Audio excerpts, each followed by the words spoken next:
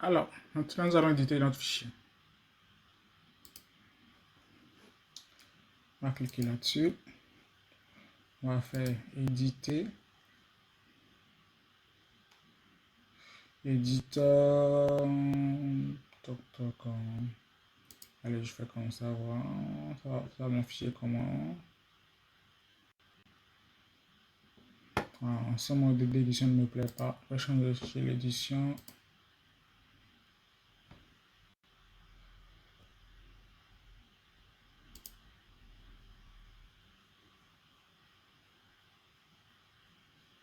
Ouais, je peux faire ceci.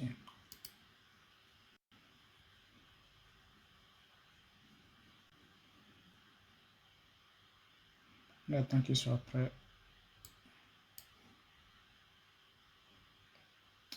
Parce que ça charge là. Bon, comme quoi on peut même commencer. Hein. Ouais, du coup, on va créer un job. Notre job, on va l'appeler allez, Docker Build. Voilà. Deux points. Du coup, on va mettre là.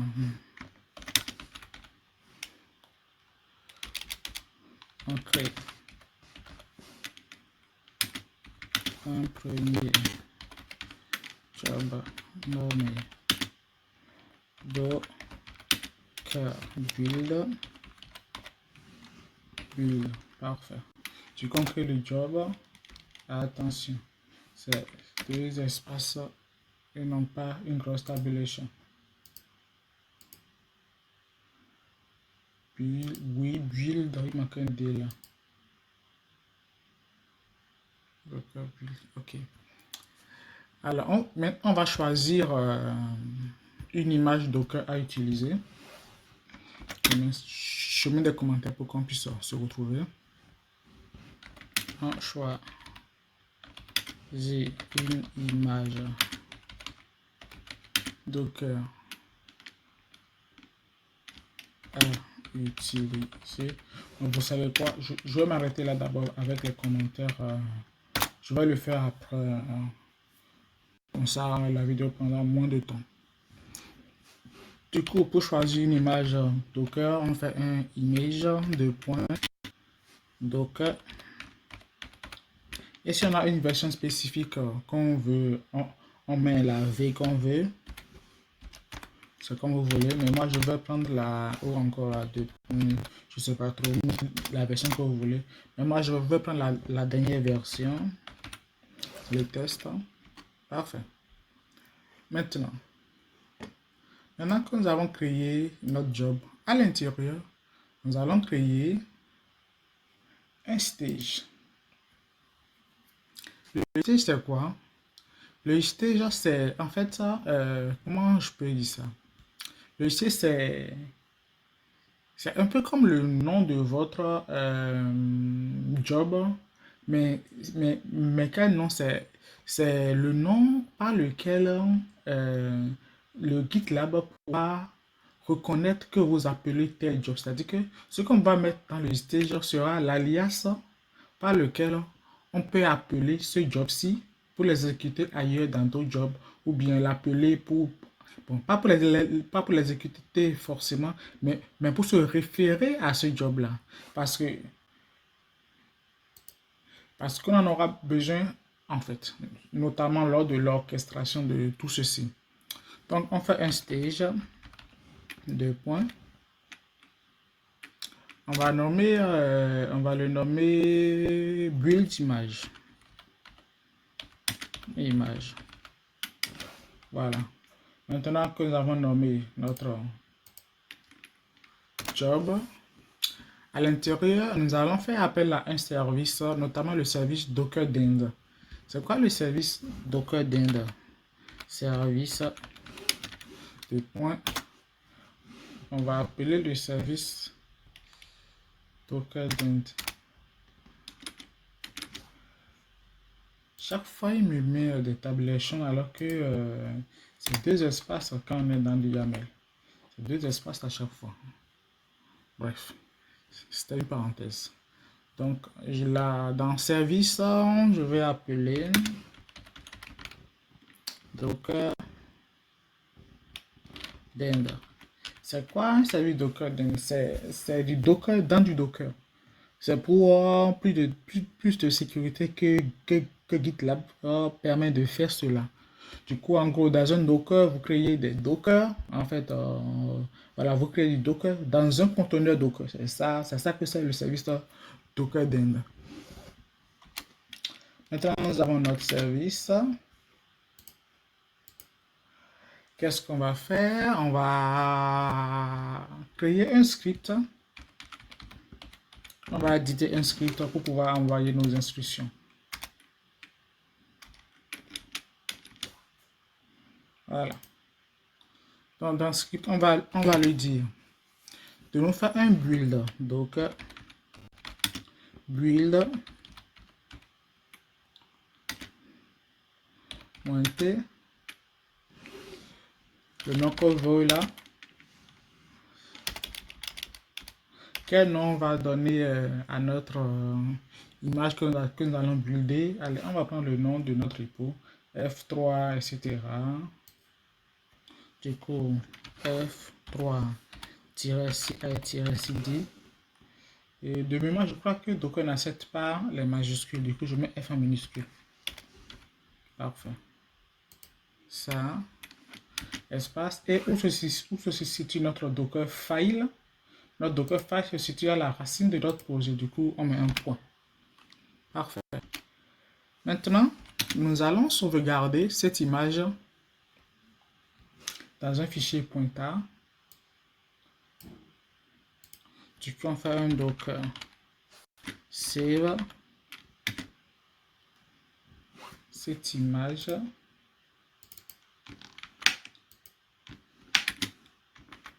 dans un fichier pointard. Voilà. Maintenant que nous avons sauvegardé notre image dans un pointard, on va créer un artefact. L'artefact va nous permettre de faire en sorte que notre fichier soit accessible dans d'autres jobs, en dehors de ce job-ci, pour qu'il ne soit pas supprimé juste après en fait. Du coup, on va faire un artefact.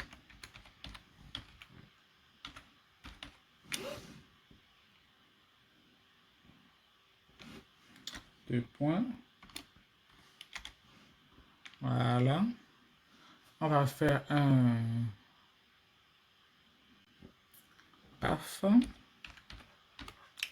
pour dire le fichier qu'on veut mettre dans l'artefact, qu'on veut sauvegarder.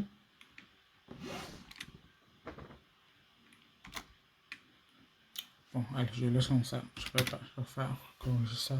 Tout compte fait, il va le prendre en compte. Du coup, on prend notre fichier pointard que Docker nous a livré, comme dans l'artefact. Et donc, notre fichier sera accessible si on veut l'utiliser ailleurs. Du coup, on peut continuer encore en créant un autre job, mais on va s'arrêter déjà à ceci et voir ce que ça donne.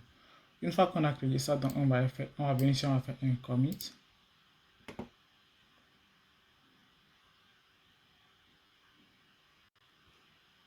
Ok, il a fait le commit. On va ouvrir.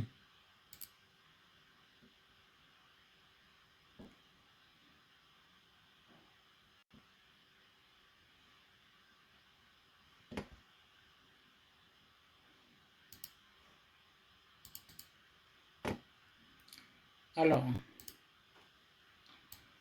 on a déjà un message en haut ici qui nous dit que le stage build image do not exist. Ouais, c'est parce que lorsqu'on a créé notre job, on a dit, on a dans ici, on a nommé notre job build images, mais pour qu'il puisse être pris en compte, il faut qu'on spécifie plus haut dans stage avec S cette fois-ci, c'est bien différent. On a ici stage sans S et ici stage avec S. Qu'est-ce qu'on va mettre dans stage avec S? On va mettre à l'intérieur l'ordre dans lequel nous voulons exécuter nos jobs. Du coup, dans stage, je viens récupérer le nom, exactement le nom qu'on a mis ici, et je le mets là. Parfait. Maintenant, je commit. Quand je fais le commit, je viens sur le repo, j'actualise. Et on voit qu'il y a un truc qui apparaît ici. Ça signifie que le pipeline a été pris en compte et il est en train d'être déployé. On va l'ouvrir pour voir.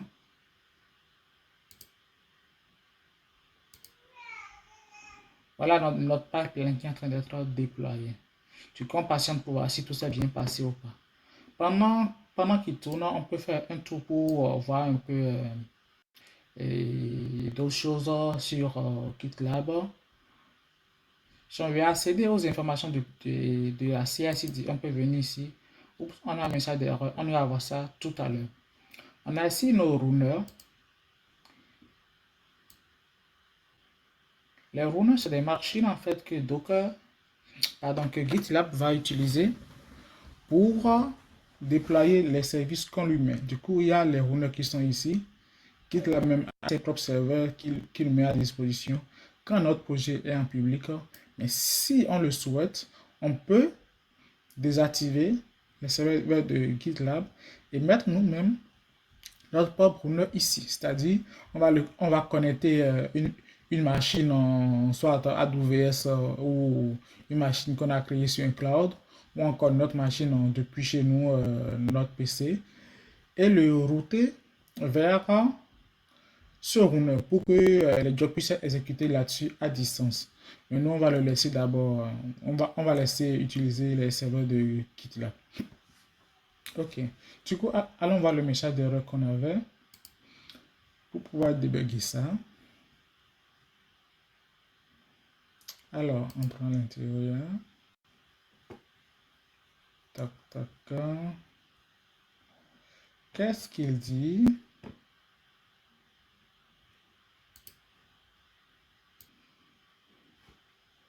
Ouais, je vois qu'il y a un souci ici dans notre Docker build. Alors, on va voir comment Docker build. Docker build. Ah ouais, ici j'ai mis it à l'heure de tirer T simplement.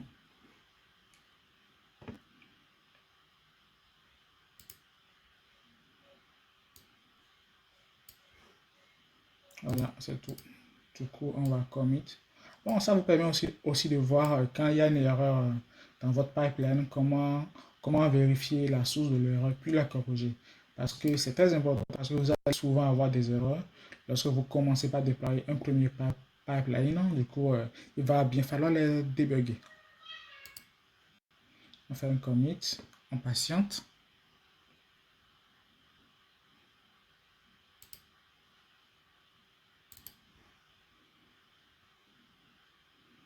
On va afficher l'évolution du pipeline. Ah, il ne va pas s'ouvrir là. Du coup, je vais actualiser ici. Actualiser. Parfait. Je fais ça. Parfait. Je fais ça. Je vais fermer l'autre. Je viens là. Et je le laisse avancer.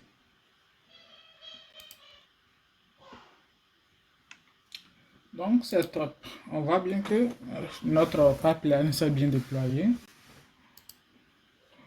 Tout est ouvert. C'est passé ouvert du coup.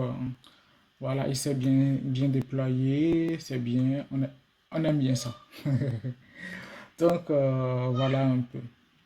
Maintenant, on se voit dans la vidéo suivante pour continuer notre pipeline. Mais avant d'aller dans la vidéo suivante, puisqu'on a déposé notre fichier dans un artefact ici, on peut aller dans les artefacts voir est-ce qu'on a quelque chose là-bas ou pas.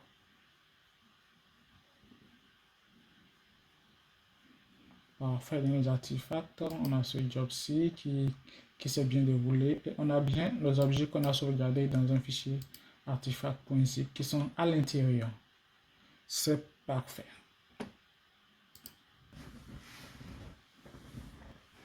Juste un petit tour avant de finir cette vidéo. On peut faire un tour sur les différents pages mises à disposition par GitLab. Ici, on a les pipelines. Dans l'onglet build, bien sûr, on a les pipelines. À l'intérieur, on voit l'historique de nos jobs qui ont été lancés. Ici, on a nos jobs, de nos pipelines qui ont été lancés, pardon. Ici, on a nos jobs. Voilà, on voit l'état des jobs aussi. Ça s'est bien déroulé ou pas. Ici, c'est l'éditeur, le scheduler et les artefacts qu'on vient de voir. Ok.